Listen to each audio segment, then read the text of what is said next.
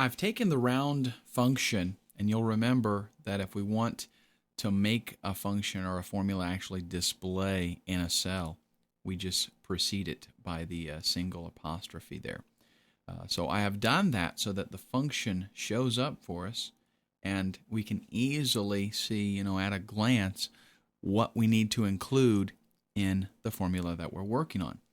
This is going to be a nested function. We're going to use the result here inside of this function because the number that we want to round, notice here I am, specifying the number. I'm actually typing it in. But what I want for this number, I want it to be the result of that formula. So that's all that I have to do. I'm going to take and put my cursor right after the equal sign. I'll type round and my opening parenthesis, and then I can just go ahead and place that same formula there, put a comma, and I want to round to the digit 2 and my closing parenthesis. So I have replaced that static number with now a formula. Excel will calculate the formula. It'll send back the result, and then the round function will work off of that result, and when I hit enter, that is what I get. So now instead of having that, the third decimal place there, I've rounded that up successfully to 2 decimal places.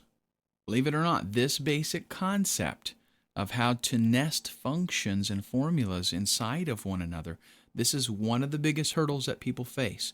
So if you can overcome this simple concept, then you're going to be able to do all kinds of things with the myriad of functions available in Excel. And since this is so important, let me explain just one more time what's going on. Whenever there are functions and formulas and all this stuff inside of everything, and in fact let me go ahead and make this even clearer. I'll use the sum function even though it's going to give us the same result. I'll use the sum function there to show and kind of illustrate what's happening. In order for Excel to get the number that it's supposed to round, it's got to execute the sum function first.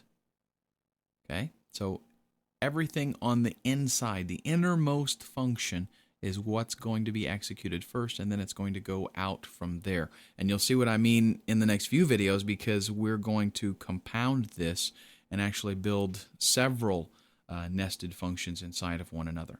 So as Excel is reading this formula to see what it's supposed to do, it says round. Okay, I'm going to round something. What's the number that I'm going to round?